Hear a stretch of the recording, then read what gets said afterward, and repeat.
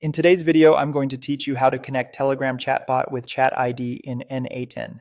By the end, you'll have a working setup that lets n8n send a message directly to a specific Telegram chat, which is perfect for alerts, notifications, and quick status updates. We'll start in Telegram by creating a bot and getting its API token.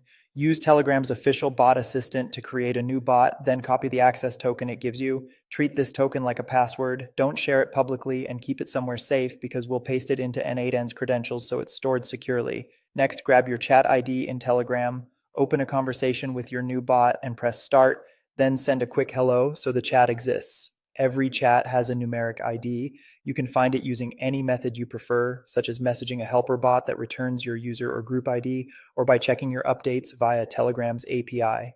If you're targeting a group, add the bot to the group first so it can see messages.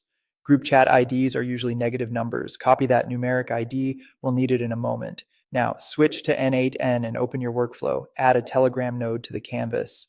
In the node's credentials dropdown, click Create New, and in the Access Token field, paste the token you received from Telegram's bot assistant. Save the credentials so n8n can authenticate with Telegram securely. Back in the Telegram node, set resource to message and set operation to send.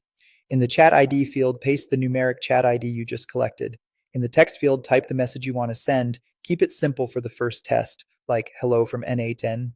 You can explore extra options later, such as formatting with Markdown or HTML, but plain text is perfect for validation.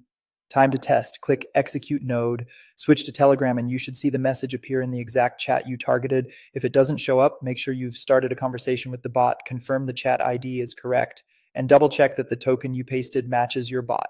Once it's working, you can connect this Telegram node to any trigger in n8n, like a schedule, webhook, or the output of another node, so messages are sent automatically. Keep your token private and limit access to your credentials within n8n.